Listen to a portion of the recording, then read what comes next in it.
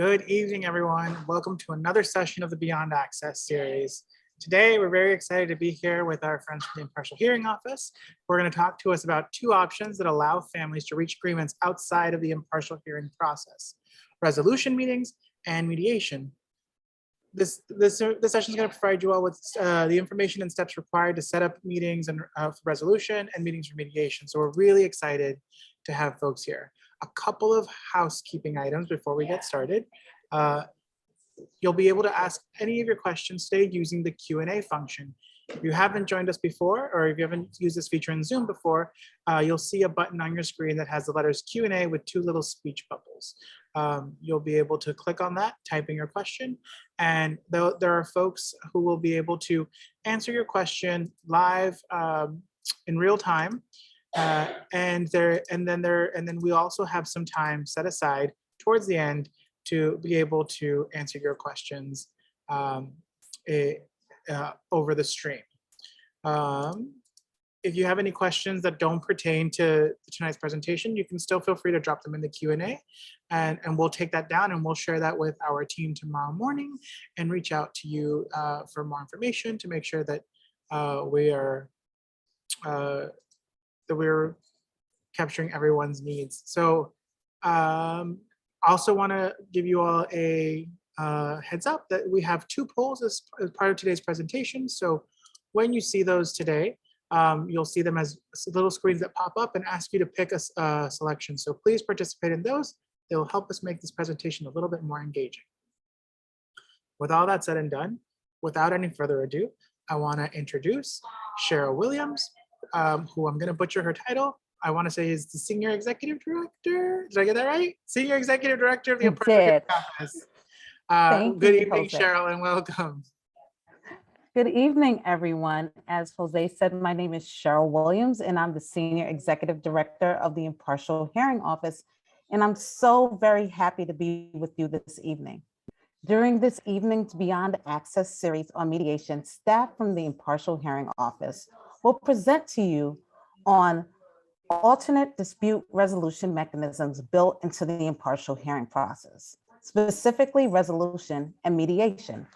Our hope is that after tonight's presentation, you will have a better understanding regarding the use of these two processes in resolving disputes around the provision of special education services.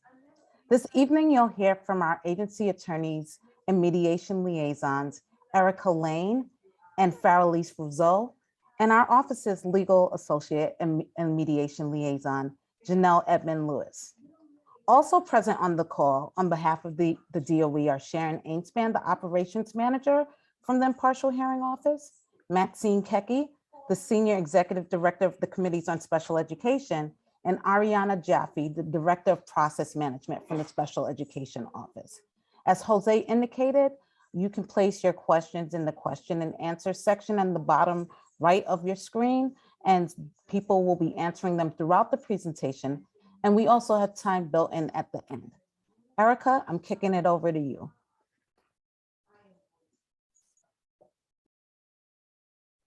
One moment, I'm getting the screen up. Can everybody see it? Yes, we see your screen. Okay, good evening and welcome. As Cheryl mentioned, my name is Erica Lane and I am an attorney at the Impartial Hearing Office. And I will give you a brief overview of the impartial hearing process. Typically in New York City, parents of students with disabilities exercise their due process rights under the Individuals with Disabilities Education Act by filing a request for an impartial due process hearing. These hearings are held to resolve disputes with the New York City Department of Education regarding the identification, evaluation, programming, and services for students with or suspected of having disabilities. In the New York City Department of Education, all requests for impartial hearings are filed with the Impartial Hearing Office. If you're filing a due process request, you can request an impartial hearing and/or a mediation in writing by mailing a letter to the Impartial Hearing Office or sending an email to ihquest@schools mediations.nyc.gov. Your request should include your child's full name and the address where your child lives, your child's New York City ID number, which you can find this on their report card, your child's birth date, the name of the school your child currently attends, your name and contact information, including your email, your address, your description of the problem with as many facts as you can put into the request, and the solution you want the DOE to provide. You can use the following form to help you write your request, but that is not required. The DOE form is actually 2 pages in length. It is on the DOE website, and it is a fillable PDF form that you can fill out, save, and email, or you can print it and mail it. It is also available in several languages. On the first page of the request form, you'll see there's a box that's highlighted with a red arrow. It gives you 3 options. The first option is to request an impartial hearing. The second is to request a mediation. And the third is to request an impartial hearing, but request a mediation instead of a resolution session. The flow chart you see on the screen is a simplified version of the path that a due process request can take. I will be discussing the resolution portion, and my colleagues will discuss the mediation portion. Resolution. The first 30 days after the complaint is filed is called the resolution period. A resolution meeting with the parent and the district representative is normally held within 15 days after filing to hear the parent's concerns and attempt to resolve them without going to hearing. The resolution can be complete or partial.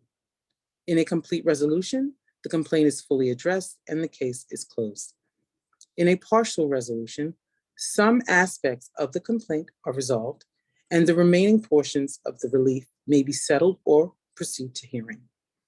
Resolution agreements must be signed and dated by both the parent and the school district. Settlement. Settlement is a process through which complaints seeking monetary relief may be resolved prior to a hearing officer's issuance of a final hearing decision. In the DOE's Office of General Counsel, identifies a case for potential settlement, and settlement authority is granted by the Comptroller's Office, the parties may seek to negotiate a settlement order in order to avoid a hearing. If a settlement can be reached, then a binding agreement is signed by both parties and the case is closed. In the event of no resolutions, the case will proceed to a hearing. A hearing is a proceeding in front of an impartial hearing officer. A hearing officer is an independent attorney trained and certified by the New York State Education Department, known as NYCDOE. Both parties present evidence and have witnesses testify before the hearing officer. The hearing officer issues orders/final decisions. The New York City Department of Education Impartial Hearing Order Implementation Unit manages the implementation and payment of those orders and final decisions. If either party disagrees with one of the orders and final decisions, the orders and final decisions may be appealed to the New York State Education Office of State Review for review by a state review officer. And I'll pass this off to Janelle.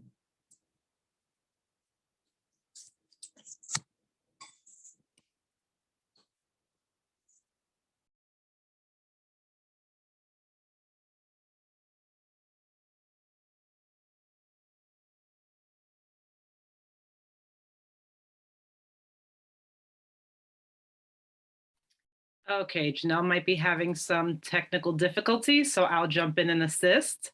Good evening. I was muted. Okay. I'm back with you. Okay, so as I was saying, I'm Janelle Edmund Lewis. I'm a legal associate here in the Impartial Hearing Office, and I'll start by discussing alternative dispute resolution. Impartial hearings can be time-consuming, potentially expensive, and for many, stressful.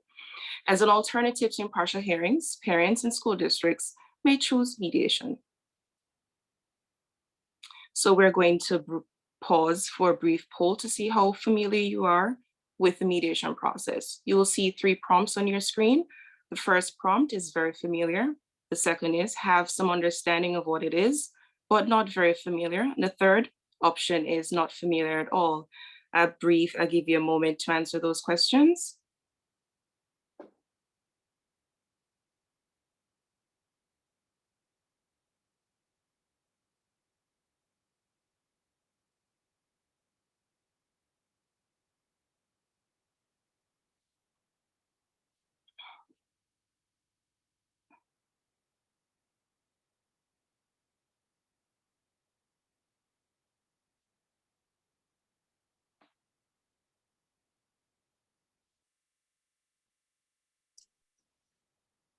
All right, we have about 60% of people responding. So if you haven't responded yet, take a couple seconds to answer the question.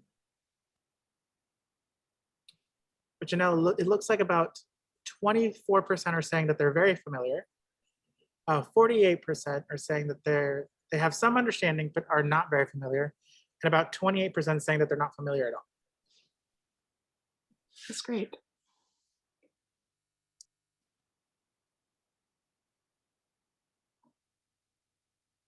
Oh, and with the last folks sharing in, here's the final results. We're at 26% very familiar, 43 have some understanding, and 30% not familiar.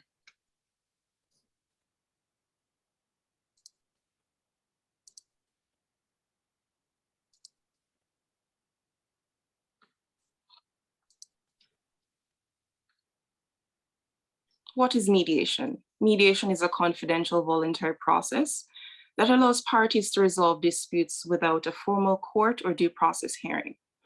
During mediation, a trained neutral mediator helps each person or group to express their views and positions, understands the other's views and positions, collaborate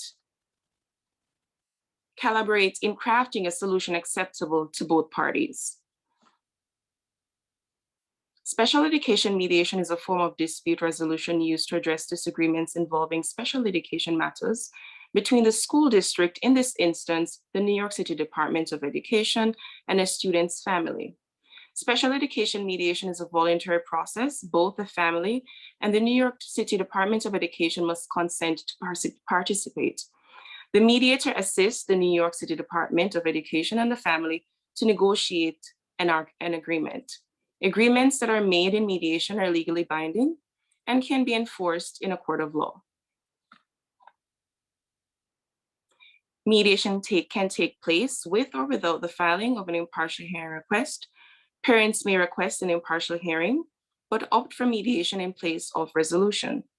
Parents may request mediation without also filing a due process complaint. The Department of Education may request mediation when there is a disagreement between the school and the family about the student's special education plan.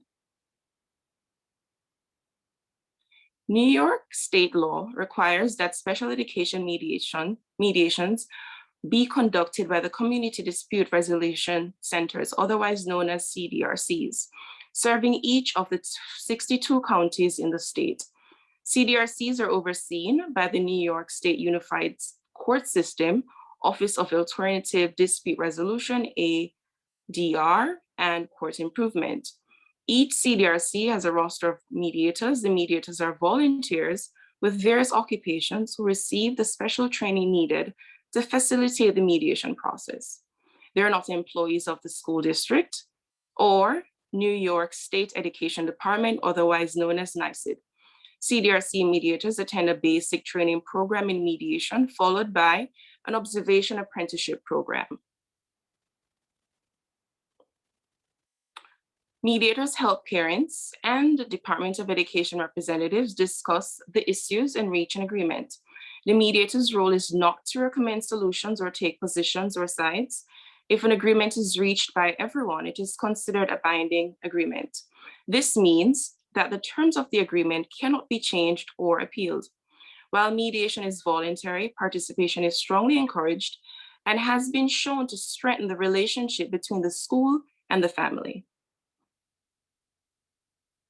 The New York City Department of Education must make mediation available to allow parents and the school district to resolve disputes relating to a student who has or is suspected of having a disability for the broad categories such as identification as a student with disabilities, student evaluation, appropriate educational program, provisions of a free appropriate public education, otherwise known as FAPE.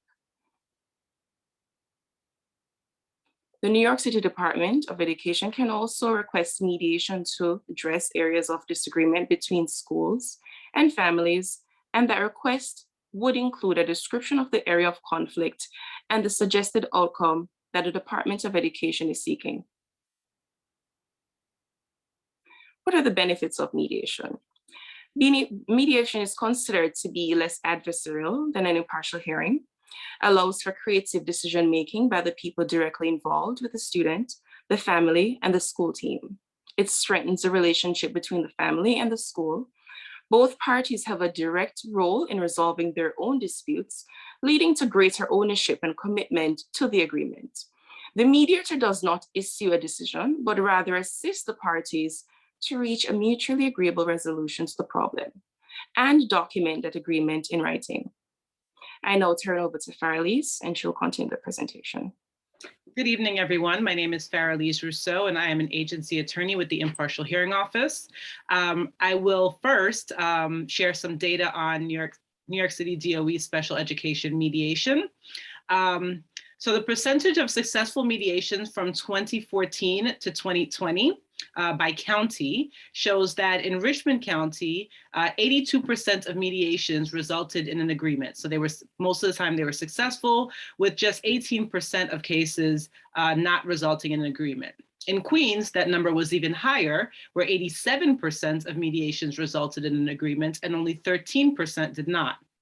And in Kings County and New York County, that figure is even higher, with 89% reaching an agreement and just 11% reaching no agreement. And similar to Queens, in the Bronx, 87% of mediations result in agreement and just 13% result in no agreement. So as you can see from this chart, the majority of times that parties go to mediation, they result in an agreement and they are successful. And it's just in minority of cases where no agreement is reached by the parties. So who participates in mediation? The parents or guardians, representatives of the school district, the DOE staff responsible for investigating the mediation request and participating in mediation are. For students enrolled in District 1 through 32 schools, that would be the Administrator of Special Education, also known as the ASE. For students enrolled in District 75 schools, that would be the Supervisor of Psychologists or designee. For students enrolled in District 79 schools, Special Education Lead. For students who do not attend public schools, the CSC SEEPPO, Special Education Evaluation, Placement and Program Officer, or the Chairperson Designee. For preschool students with disabilities, the CSE, SEEPPO or Chairperson Designee. The mediator from a Community Dispute Resolution Center is the third party. Depending on the issues involved, it may be important to include others such as school staff, service providers, or other IEP team members with direct knowledge of the issues at hand. Parents may bring an advocate or other supports. However, a lawyer is not required for either party. Issues that can or should be mediated: eligibility for special education services, classification, program recommendation, related services, IEP goals, compensatory or makeup services, transition plans, discipline and behavior plans, evaluations, modified promotional criteria, language-related services or language access, transportation, and enhanced rate services. The issues that cannot be mediated are legal fees, private school tuition, and grade changes. The mediation request. We encourage parents to file requests for mediation with the Impartial Hearing Office. Your mediation request will be forwarded to the appropriate CDRC for the borough. Relevant DOE mediation representatives receive the request from the impartial hearing office and/or the CDRC. Mediation requests made by the parent, should include a description of the situation or conflict and a description of the relief or solution to the problem that the parent is seeking. If information is missing, DOE staff may reach out to the parent contact to seek more information regarding the request. So we have a second poll. What do you think the parent's role in mediation is? 1, advocate on behalf of the student. 2, bring support documentation. 3, be open and transparent. Or 4, all of the above. In just a moment, you should see that pop up on your screen.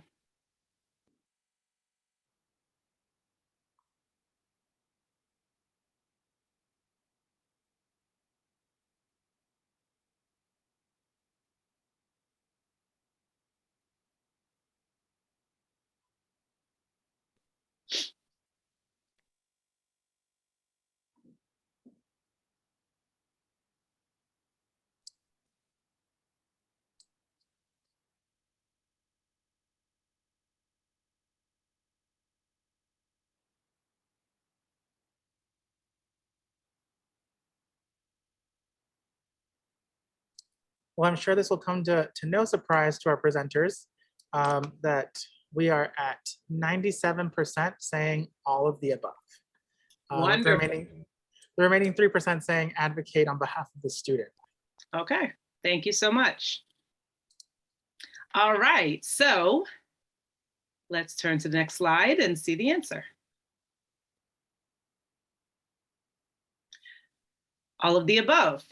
Advocate on behalf of the student, come prepared, be open and transparent, bring supporting documentation, and additionally, discuss the issues with the relevant offices or individuals ahead of time, have a clear sense of what the issues are and how you'd like to see the issues resolved, and have an open mind and be willing to collaborate and come up with creative solutions as appropriate.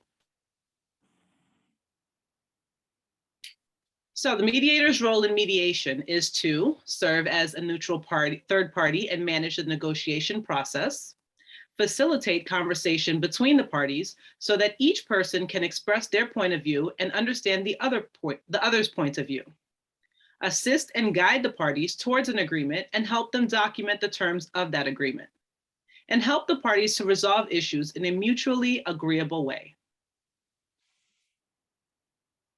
The mediation agreement. Again, if an agreement is reached by everyone, it is considered a binding agreement. And that means that both sides are required to abide by the terms of the agreement. This also means that prior to entering into a mediation agreement, the Department of Education representative must ensure that the terms of the agreement can be implemented. Confidentiality. So the discussions within the mediation are confidential. They cannot be used as evidence in an impartial hearing. Any notes taken during the meeting must be destroyed or deleted. Any conversations between the parties that were part of the negotiation cannot be shared, and the agreement will be placed into the student's record. So if you'd like more information about the impartial hearing process and mediation, and if you'd like to obtain a copy of the fillable form, you can go to the DOE website at www.schools.nyc.gov/learning/special education/help/getting-support. You can send a completed mediation request form to IHO Quest, that's IHOQUEST @schools.nyc.gov. And if you have any questions about mediation, you can send those questions to IHOmediation@schools.nyc.gov, which is IHOmediation@schools.nyc.gov. And you can also send questions to that other email address, IHOquest@schools.nyc.gov. Thank you very much, and I will now turn it over to Cheryl Williams. Thank you so much, Farrelise, Erica, and Janelle for that wonderful presentation. We will now open up for questions. Again, you can continue to place your questions in the question and answer section on the bottom right of the Zoom panel, and we will continue to answer questions there. Or Jose, how will we handle this portion? Yeah, so I'm gonna stop the screen share so we can all just be on the screen with families, and we're gonna do a gallery view for them. So we're gonna go through. I see that there's been a lot of questions, and folks have been answering a lot of these questions. So I'm gonna go through. I'm gonna rely on the folks in the background to keep answering those questions as they come in, and pick a couple that are coming up frequently. But I also, as you were presenting, there was a couple of things that I think you might have covered, but I want to take like the approach of like from a family perspective, what are the biggest things that I think a family might be thinking about when they're considering mediation? And I think one of the things that that I hear a lot is, what about money? I don't know that I can afford any of this. Like, do I have to pay money to do mediation? Am I gonna incur a financial burden to do this? I can take that question. There's no cost associated with mediation. And that's one of the things that the presenters from the Impartial Hearing Office tried to highlight, that while impartial hearings may be expensive for costs, some families do hire representation and just other costs that may go into the impartial hearing process. Mediation is at no cost, and it really provides a really nice alternative to the impartial hearing process. So. Thank you for that. So we're presenting mediation as an alternative. So does participating in mediation take away a family's right to later pursue an impartial hearing or continue with the impartial hearing process? Absolutely not. It's not an either or. In fact, I think Farrelise and Erica and Janelle highlighted this in some of their presentation, that you can ask for mediation outright, or you can ask for mediation in lieu of the resolution process. And if you do that, it kind of puts a tolling on the timelines for the impartial hearing process and allows families to engage with the neutral party. And I'm just going to touch on this, Jose, because I saw some questions around this. The mediators are not employees of the New York City Department of Education, and they're not employees of the New York State Education Department, and they're not chosen by the New York State Education Department, kind of like how impartial hearing officers are. So they're really neutral third parties who are coming to meet the families of our students and the DOE and help them get to some amicable decision on what is the best provision of services for the student. So I think this is a really beautiful process, in that it really helps all involved to be heard and to be really coming together with the mindset of how do we get to a resolution. So hope I answered that question. Yeah, can you actually share a little bit more about the community dispute resolution centers and like how they support this process? So the community dispute resolution centers operate under the New York State courts. They are located all across the state. We highlighted, I believe, the ones that are in New York City, and they work with mediators that are specifically trained in mediation and dispute resolution, so as to help families work through this process, and specifically special education mediation and dispute resolution. Again, they're not for anyone's side, and they're not looking when there's a dispute coming in that, oh, we're gonna favor the DOE or we're gonna favor parents. But what they're really there are to hear from both sides. What are the issues? What are the proposed solutions, and how can we help you get to those places? So that was a question that was brought up. If you had interest in perhaps being a mediator, if you have that background, you can go to the New York State Courts websites. And if you do just a Google search on New York State Courts and the Community Dispute Resolution Centers, you can find out information on how their process of getting their mediators, what their process is. So that's an important point to just hammer home, is that, you know, these mediators aren't folks that we select or that we appoint or any of that. They truly are a third party. All right. So a question that I see popping up again is about how long does the mediation process usually take? Like from when you request mediation, how long do typical cases find resolution or an agreement? Do any of you guys want to take this question? Fairly, or Erica, or I can take it. I just don't want to be the only person speaking. So I'm going to say there's no timeline on mediation. What it is that the mediation centers are really awesome, though, about once our office has been notified of a request for mediation, or we do some outreach to families to say, you know, we've read your due process complaint. Sometimes it comes in as a due process complaint, but we think that this case is really ripe for mediation. You're asking for some related services, you're asking for some assistive technology. And instead of going to impartials, we think that this may be something that you can meet with the student school or the CSC and go through the mediation process. Once we make outreach to the mediation centers, they are really, the CDRCs, they're really amazing, and they make almost immediate contact within a day or two with the parties to start setting up this process. So it is not a long process. I will say sometimes due to time constraints of the parties, or sometimes if there's other things that need to be fleshed out in more than one session, it may take more than one session, but this is not meant to be a long and drawn out process. It is meant to be a process in which families can really get solutions pretty quickly.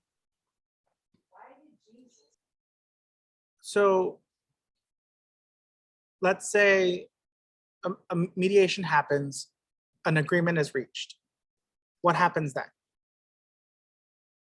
What happens to that agreement? Does it depend on the agreement? Like, can you give us some next steps that would happen after an agreement is reached? So we would not see the contents of the agreement, but we would be notified, my office would be notified that there was an agreement. And also whoever's representing the DOE, which does not come from my office. So I think people should think of my office almost as like the clerk's office in the court. So we receive all the filings, and then we make sure that the legal process happens. So if it's a hearing, we make sure that hearings happen. If it is a request for mediation, we make sure that your request for mediation is routed to the correct CDRC. We would just receive notification that a successful mediation occurred. And then the case, if there was an impartial hearing tied to that and everything was resolved amicably, then that case would close out. If it was just a mediation request, we will also just receive data on that it was resolved and it's resolved favorably. And we would transfer that data to the New York State Education Department because we are charged with reporting that data. But that's typically the outcome of mediations. Sometimes mediations are not fruitful. The parties cannot come to an agreement. If that was tied to an impartial hearing request, say that was a mediation in lieu of resolution, my office would be notified so that the impartial hearing process could then continue, meaning the case would go on through the hearing process. Hearing officer then would take over the control of scheduling hearing dates and letting the case proceed through the hearing. But in terms of, we don't get involved in any of trying to force it in either which way. We're just here to make sure that processes happen and that we can help and aid for these processes to happen. Got it. So here's an interesting question from the Q&A. So, and I'm gonna reframe it just a little bit. So what happens if one party decides that, you know, mediation might be an appropriate thing, but another party doesn't agree that mediation is a proper channel? So like, let's say the family wants mediation, but the DOE might not want mediation, or the DOE wants mediation, but the family might not want mediation. What happens in those situations? I can take this one, Cheryl. So mediation is voluntary and both sides must consent. So if the parent decides that they don't want mediation, let's say the parent, the due process complaint, and we did outreach and said, hey, we think that this might be a great case for mediation. The DOE is interested, but the parent says, nope, I'm not interested. I want a hearing, or, I've been trying to communicate with the DOE. They're not responsive. I don't want it. We cannot force them to engage in mediation, and the parent absolutely has the right to move forward with their hearing. And so we would essentially note our document that the parent is not interested in mediation, and the case would move forward with the hearing.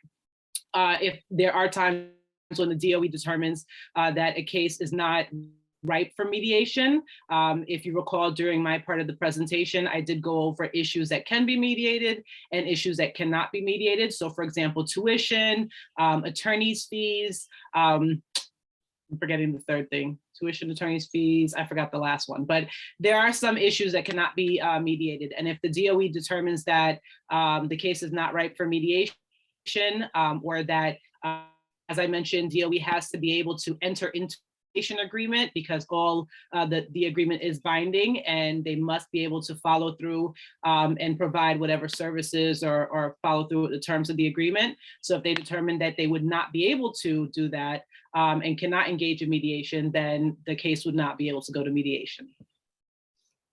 Got it. Understood. So what happens, and sorry, because now I'm having like an imaginative question series, or I'm like, what are some follow-up questions? So let's say family and DOE agree, let's do mediation, right? But let's say for some reason an agreement isn't reached at mediation.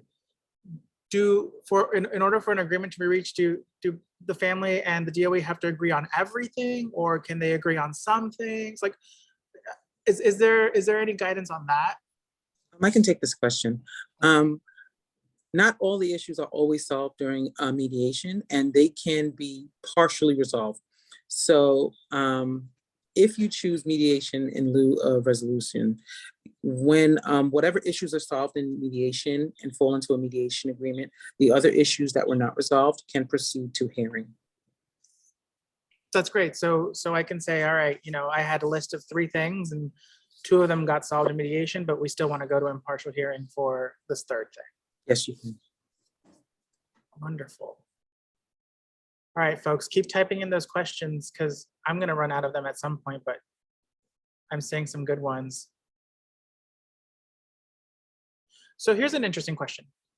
And please let me know if this isn't framed correctly, and feel free to reframe it if necessary. But one of the questions is, could the DOE or the Impartial Hearing Office recommend mediation but have the school decline mediation? So the way that we're going about the process is that we're trying to be very cognizant of having respect for parents, right? Where everything that we do is to serve the students of New York City and to serve the families of New York City. So if there's a request that came in that was not necessarily a mediation request, and we reviewed it and said, under the rubric of what things we know can be resolved in mediation. So as Erica said, and fairly said, if it's about tuition, we can't resolve it. Attorney's fees, we can't resolve it. But it's within the confines of things that can be resolved. We would reach out to to our DOE counterparts first and say, here's this request. Do you think that this is something you can engage in? Because we'd like to reach out to the families. So we are going to aim to reach out to the DOE first, so that we're not setting up a situation in which we're reaching out to families and getting hopes up high, just to frank talk. And then the DOE will say that they don't want to engage. We are taking very seriously our mandate of trying to engage with families in mediation.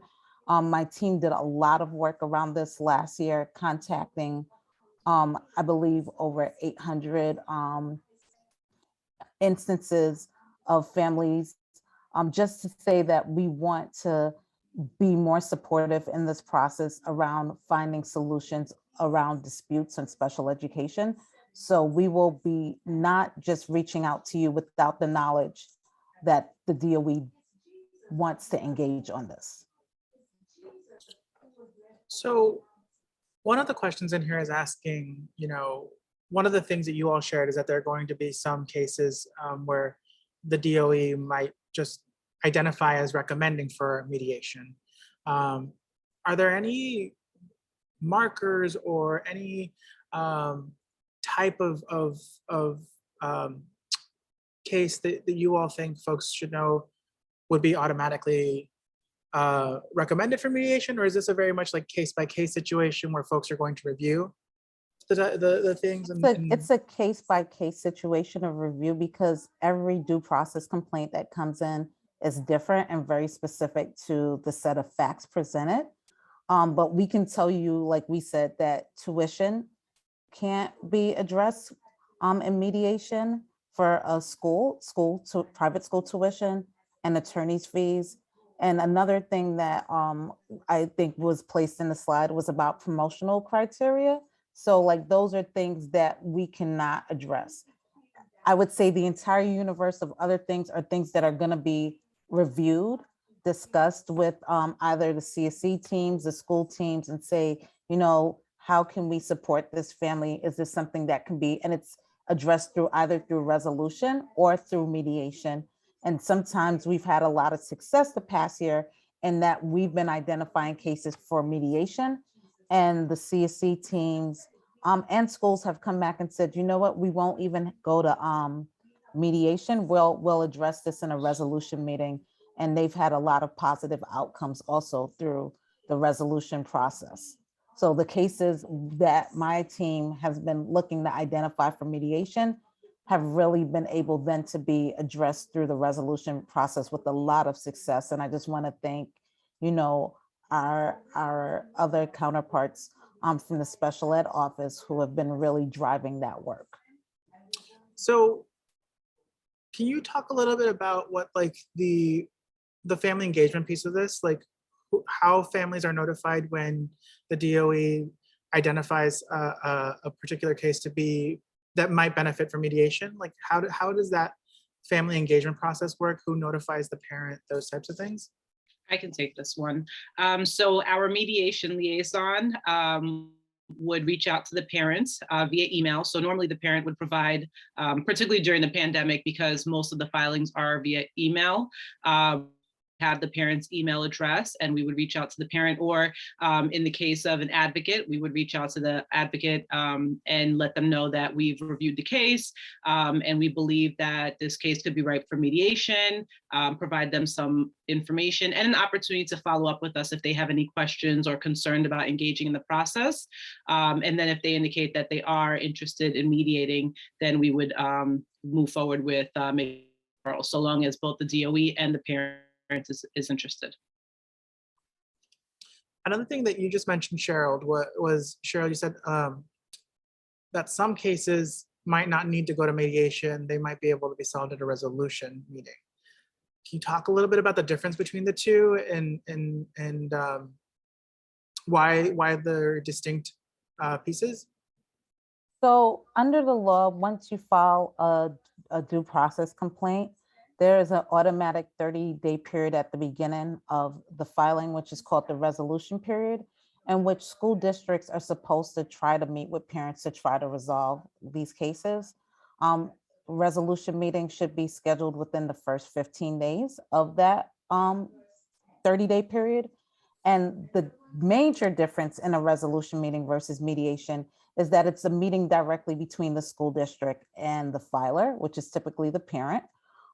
Versus in mediation where there's a disinterested third party, so a neutral third party.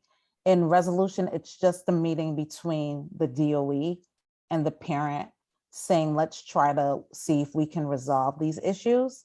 Mediation builds in a neutral third party who can help if there's any disputes or if there are any issues with communications or et cetera. That mediation builds in that layer of a trained third party who's not beholden to either side to really help engage in this process. Got it. And if I may, I'd just like to highlight that Yeah. third party, again, is not going to be making any decisions for the parties. They're really there to facilitate the conversation and to try to help the parties see each other's side and try to come to an agreement, try to work through those, any roadblocks that they might have in communication, and reach an agreement. So, that's another main part of this, is that the mediator, not the decision maker, like in an impartial hearing, a hearing officer. The mediator is there to help the conversation and help the parties understand each other better and try to work through the issues. Got it. So here is an interesting question, and this might be like a very case specific question. So I'll try to reframe it as possible, but so would things like, if a family is waiting to change a school or a class setting or program, is that something that might, a type of case that might benefit from mediation? That's the question. That's the full question. Yes. And is that that's great. A simple, Nope. I love a simple answer. The answer is yes. I think it's interesting because I think one of the things that you shared a little bit earlier, Cheryl, is that it's a lot smaller bucket of things that don't fit for mediation than do, right? So like, it's very interesting that you're like, that you said at the beginning and through the presentation, there are very specific things that we can't do mediation for, tuition and all the things that you outlined. But it sounds like if a resolution can't be found at a resolution meeting and a third party is necessary, then it seems like a viable option for most of these cases to try mediation. Does that sound right to say? Absolutely, Jose. And I think that in the past, from both, perhaps in the DOE and also outside of the DOE, the idea was that you have to go to an impartial hearing. And we just want to correct that, that misstatement, that an impartial is not the only way to resolve issues around special education disputes. In fact, we have two great alternative dispute resolution mechanisms. One is built into, you have to file an impartial hearing request to get to resolution, but mediation, you don't necessarily have to file an impartial hearing request to get to mediation. And also, if you file a request for an impartial hearing request, you can say, you know what, before I go forward to hearing, why don't I try this mediation process and see where it lands me. And as Erica said, you don't have, like, if you can't get to yes on all of the three things that you put in your request, and I'm just using three as an example, you still have the opportunity to come back and say, I would like to have a hearing on this one remaining thing. The same thing for resolution meetings, right? Sometimes that parties are able to get to an agreement in a resolution agreement, and it's just they're coming to hearing on one item, and they've been able to resolve the other items before getting to the hearing. There's also, so here's an interesting question. Should mediation requests be sent to the impartial hearing office, even if the family does not intend to go through the impartial hearing process? Yes, and that's because we have really worked the last year to foster relationship with all of the CDRCs, and we're able to track and make sure that the mediation actually occurs, and make sure that the CDRCs are aware of the request, and that also that the DOE entities who should be representing are fully aware. So yes, we would prefer that if there's a request for mediation, that it is sent. It's not a must.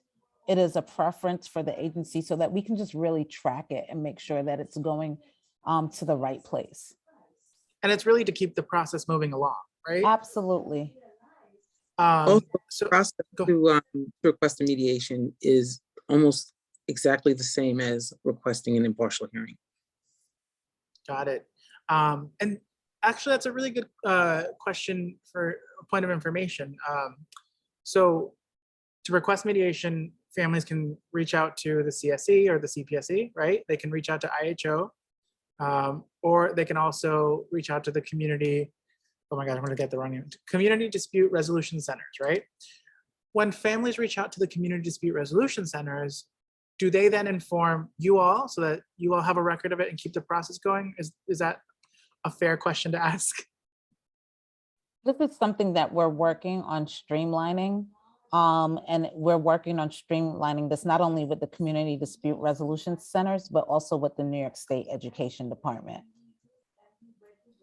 Got it. Got it. Great. And then there was one more question that I wanted to ask before we go into some wrap-up thoughts. Well, I just want to highlight one thing. And so Sure. we have a form for you to use. It's a sample form, you know, it's not a must though. I just want to clarify that. We created it along with the state because we think it's easier for families if they see that there's a pre-populated form that they can just enter information in, as well as if they need more space, add an additional sheet of paper, but it's not a must that you use that form. It's been created for the ease of families. So I just wanted to clarify that. Is it a digital form that folks can fill it digitally, or is it a printout and Yes. fill out? It's a pre-populated digital form, yes. And so how All do they need families to do access is that? It's on the DOE website, and they can Okay. fill out the form and save it to their computer and email it, or they can print it and mail it to the IHO office. Can we drop that link in the chat for folks so they can access it? And then of course we will, for everyone watching, in case you missed an email that you are all so fond of receiving, I know you all wait for it every single time. With the link to the recording for this, we'll have the link for that form as well. So you all have access to it. And we'll put it also for those of you who share the recording, we'll put it in the description of the YouTube. And for those of you watching on YouTube and the recording, it's in the description below. All right, we're getting ready to wrap up. It's 8:26, so I want to ask, do you all have any closing thoughts? If families need to walk away from this session knowing one thing, and I'm going to ask each of you to give one of those one things, so you might have different opinions on this. What is the one thing you would want families to walk away from this session knowing? And I'll start out off with Cheryl. Partial hearings are not the only way to resolve special education disputes. Love that. Farrelise? Mediation is a less adversarial process, meaning it is not as, there's not as much tension, or should not be as much tension in the process of mediation as opposed to going to hearing. And so it really allows the parties to sit down and have conversations in a more informal setting, where the use of the mediator allows them to see each other's side, understand each other's views, and really try to come to agreement. So think non-adversarial, think working together, collaboration. I'm going to go to Erica and Janelle in a second, but actually a question just came in the chat that's very important. So how is mediation handled for families who don't speak English? Like, that is a very important question, right? Not all of our families speak English, and we sometimes assume that everyone speaks English, and it kind of creates an inclusion issue, so an access issue. So can you all share a little bit more about how the process works for families who, I'm speaking really fast because that question actually really excited me because it's a really good one. Can you all walk us a little bit through about how that process works for families who are more comfortable in a language other than English, or what language access tools are available to them? So we receive due process complaints, mediation requests in parents' native tongues all the time. Our office, if we receive a due process complaint or a mediation request in a language other than English, we will have it translated through the DOE's contracted vendors, and make sure that we are able to understand it, and that the parties who need to receive it are able to understand it in our native tongues. We also work with oral interpretation, and we also have access through the DOE's Office of Sign Language Interpretation Services to sign language interpretation. So once the mediation is being handled, the CDRCs make their arrangements for oral interpretation, but we are responsible for any written translation of documents. They partner with us, we partner with them, and we will make it all happen.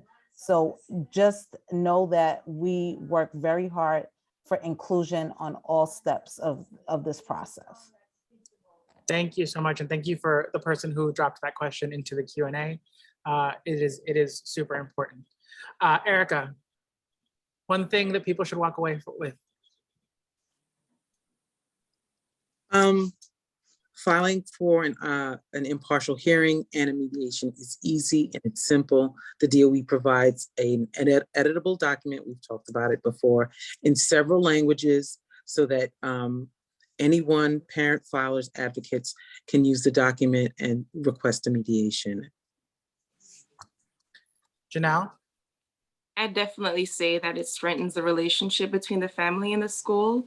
So that's definitely something that I think parents should take away from this meeting. And If I want to could jump back in, I just want to say one last important thing that no one said. It's free. It's free. It is. I was free. gonna. It's You free. read my mind. I was about to say the most And important thing it's is that it's free. free. Right. I also want to thank, before we go, I have to thank Maxine, Mia, Sharon, Ariana for being in the background, answering all of these questions that folks have been dropping in. Thank you so much. And thank you for everyone who joined this session. It's great information. Please share the recording with anyone who you think might be interested in learning more about mediation. These resources are priceless for many people. So I want to thank the Impartial Hearing Office and my colleagues from the Special Education Office who are here with us tonight. And a little plug for next week. When you get the email from us later on about the recording, and in case you missed it, you will also get an email later plugging in our sessions for February. As you all know, we spent a huge chunk of January talking about social emotional learning. But the topic that we're going to start off in January with is transition. So we're going to be having sessions that are geared specifically to our families who have high schoolers and talk about transition services and resources. So if you have a high schooler or if you know folks who have high schoolers, please recommend those sessions for them. And of course, if they can't make it, we always record them and we always upload them. So until next time, stay safe, everyone, and have a wonderful evening. And thank you all. Good night, everyone. Right.